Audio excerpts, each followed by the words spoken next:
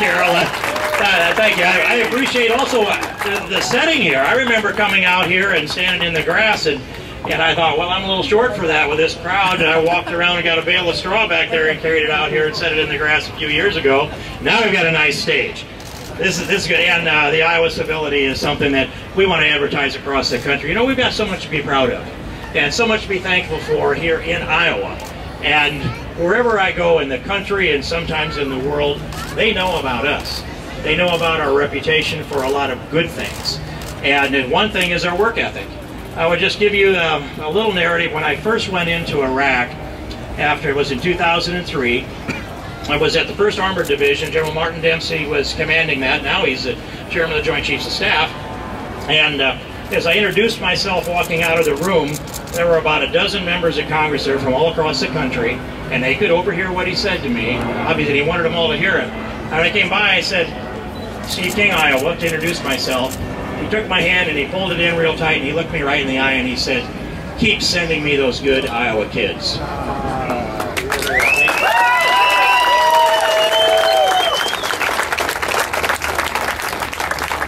We have a reputation, nationwide and worldwide, for a good work ethic, for strong family life, excellent education foundation, entrepreneurs. We know all new wealth comes from the land, and we work it, and we build it, and we build for the next generations here. And this state fair, you can see so much of what's good about Iowa. You'll never get to see all the state fair in one trip. I talked to a guy that'd been here some 60 years in a row, and he didn't get to see it all either, but he surely tried. And for me, I have this wonderful and great privilege of representing a lot of Iowans in the United States Congress. And it was the old 5th District, the western third of Iowa, 32 counties, 286 towns. And now it's the new 4th, as Carol described. And that's northwest Iowa. Most of northern Iowa goes to the east as far as Chickasaw County, and the west to South Dakota and Nebraska, and north up to Minnesota. That 39 counties and 382 towns.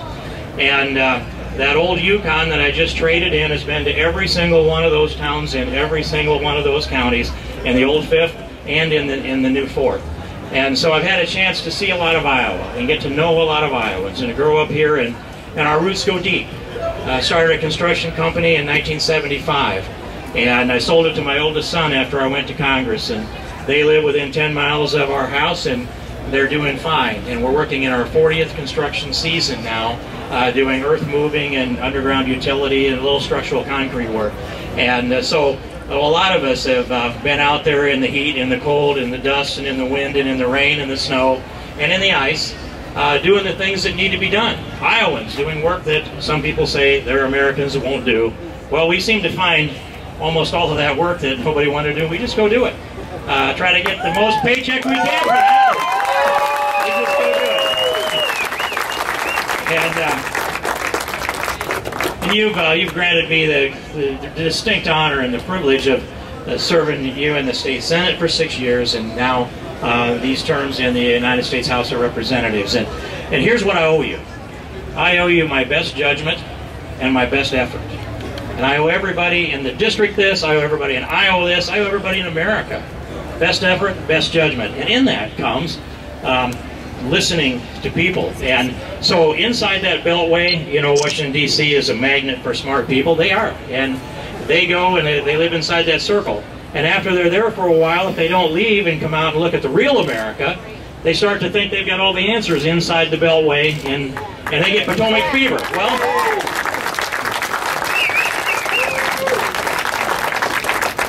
Well, you are the antidote for Potomac fever. And I love to bring people out here to Iowa and show them what life is like here, and especially the state fair. And we have more to say about who will be the next president of the United States on a per capita basis than anybody in the country. And that's a great honor and a great privilege and a duty and a responsibility for us to step up to. And so as the candidates come through the state fair and all over the state, make that effort. Go out and meet them. Look them in the eye, shake their hand, try to get as personal a relationship as you can. Take a read off their character, off their intellect, off their priorities, and by the way, weigh in with our priorities, so that when the planks in the platform for the next president are selected, they see themselves as behind that great seal of the United States. They see themselves sitting behind the Oval Office or behind the desk in the Oval Office. They see themselves living in the White House, but they don't quite see how they want this America to be yet. They just know that they're the person that should move America ahead. And so we need to help them with selecting the planks in the platform. And we do that, then that platform moves from Iowa to New Hampshire to South Carolina and beyond. And the stronger voice we have here, and the more that indexes in with the Granite State people in New Hampshire, and the more it indexes in with those South Carolinians, the stronger our voice is, and the more likely we are to be able to lift up this president through this process in Iowa that will restore the soul of America.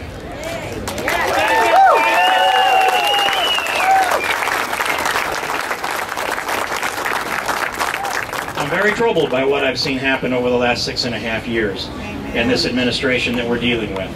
Now, it's one thing to disagree philosophically with the President of the United States. It's one thing to disagree with the people in the other party. And I don't think the Democrats and Republicans in Iowa have as many disagreements as they do in Washington, D.C. or across the country. But we have a president that has a different understanding of what his oath of office means than my understanding of it. And it's a different understanding than our founding fathers understood. When the president decides that he can unilaterally make up laws or ignore laws as he goes, or operate without the restraint of Article 1, which is the United States Congress, he is moving America into a place where we have never been before, and a place...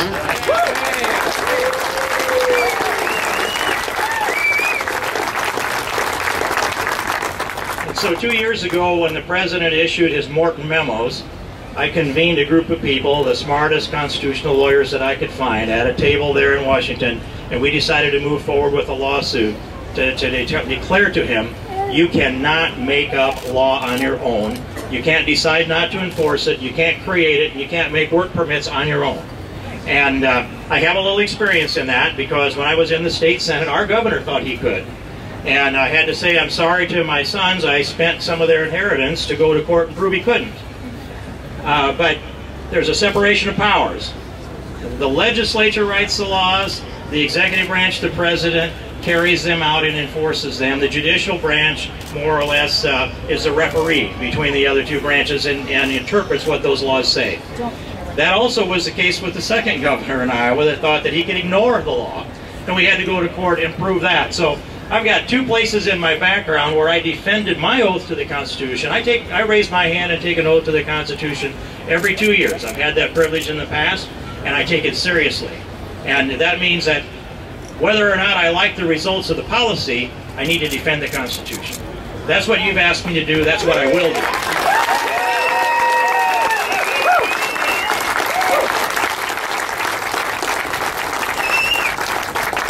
So I go through this list of things that have happened that have come unilaterally out of the president's office, and that is, first, suspended welfare to work. Doesn't have the constitutional authority to do that. By waivers, he wiped out the effectiveness of No Child Left Behind. Didn't have the constitutional authority to do that. On Obamacare, multiple times he's rewritten the law that is named after him that has his signature under it, and he doesn't have the authority to do that.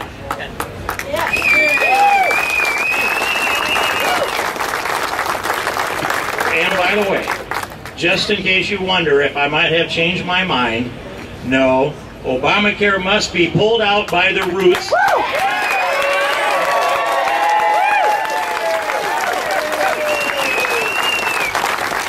Let me amend that. Ripped out by the roots. It is a malignant tumor that is metastasizing and feeding upon America's God-given liberty, and it must go.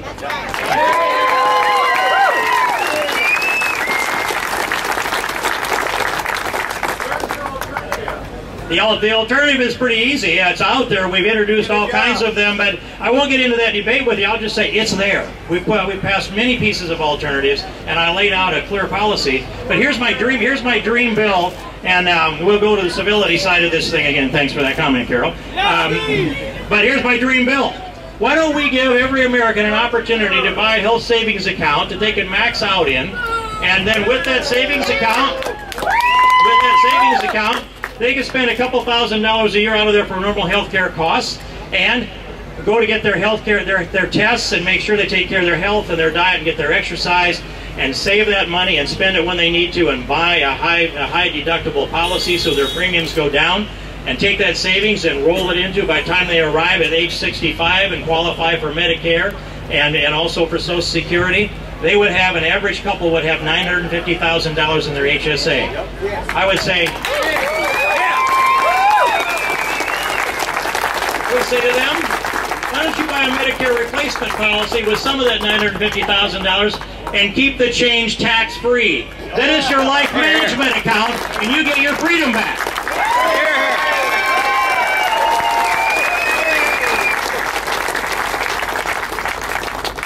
And we've got to secure our borders.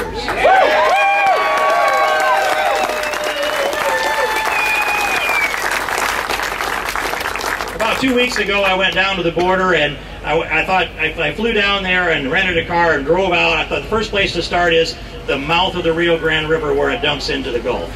That's the border. And drove down through 3 miles of sand, and it's not a place you want to get stuck. We went out there with Michelle Bachman, and we took a look across the river, and there were a couple dozen people in the other country who were seining fish over there, and that's how we don't do that much here in the U.S. So we planted an American flag right there at the tip of Texas, and then we turned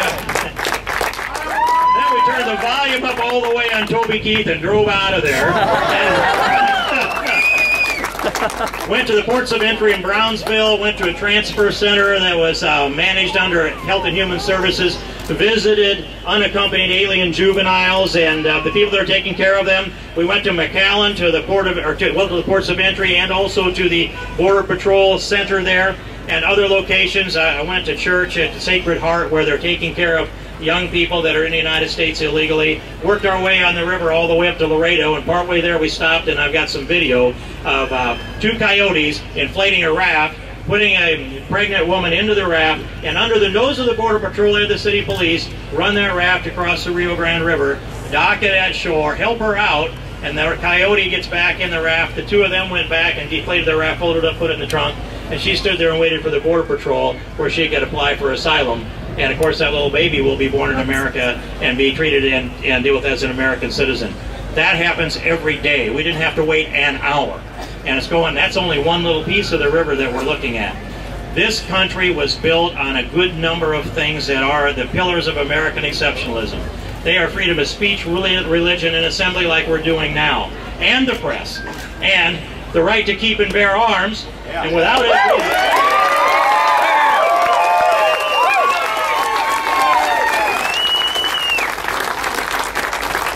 You can find most of the pillars of American exceptionalism in the Bill of Rights. There are a few others, though. Free enterprise capitalism. We would not be this nation if you weren't able to invest and have property rights and be able to build capital and use that capital so that you could borrow and invest and build. Speaking of that, here in Iowa, when I first went to Congress, the value of the ag land in Iowa, let's be somebody, the rich person like maybe a Mark Zuckerberg who's spending some of his money against me, hiring operatives to come out here. But Zuckerberg today could have written a check then and bought all the farmland in Iowa, $60 billion. Bill Gates could do that too. But today that farmland's worth $266 billion, and then it's increased since then. That's a tremendous amount of capital that's been built because you were the entrepreneurs, you put the brain equity and the sweat equity in it, and we've laid a foundation for the next generations in this state. We are, even though our markets are down, our spirits are up, and our capital is stable, and we have a future for Iowans here.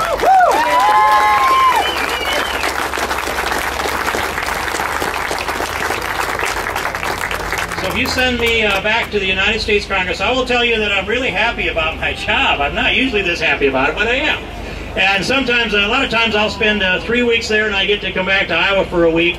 And after 3 weeks of trying to leverage my colleagues into a place I think they ought to be, it gets a little frustrating, and I need the refreshing faces of Iowans. I come back here, then I go back there again, and I look at them. I really do like these people. I really do like working with them.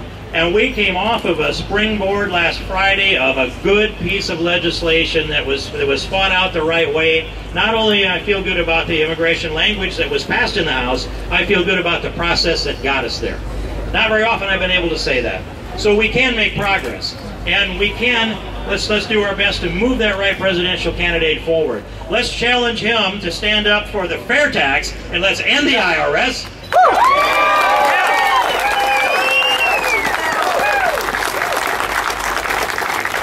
If we can get the presidential candidates to debate tax policy, we've got a chance to move the fair tax forward and give you back your freedom there. So, here's this whole list of things. On the end, I'm optimistic. It's only 2.5 more years before Barack Obama goes out to the perpetual Gulf land.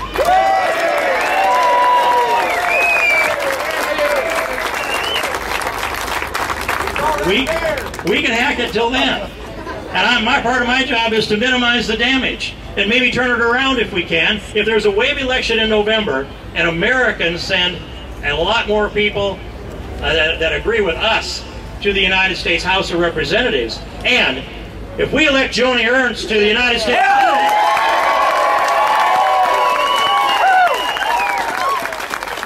that means a new majority in the United States Senate. That means Harry Reid goes to the back bench. That means we put on the president's desk these policies instead of having them in his desk drawer, at Harry Reid's desk drawer, they go on Barack Obama's desk. Then he's got to be accountable, and he's got to be the one that makes the argument. And we set the foundation for the debate for the presidential elections that have already started as we sweep through into November of 2016. So, you know, if you're wondering if we don't have anything to live for, anything to look forward to, oh yes we do. And I look over here at 3 of my 6.5 beautiful grandchildren, and I think this, that when that next one is born, Lord willing, and it's supposed to be the first day of September, that little child draws his first breath, it'll be a breath of free Iowa air.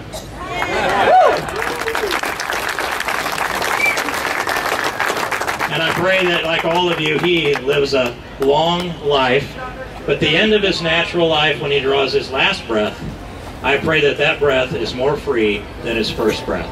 Thank you very much.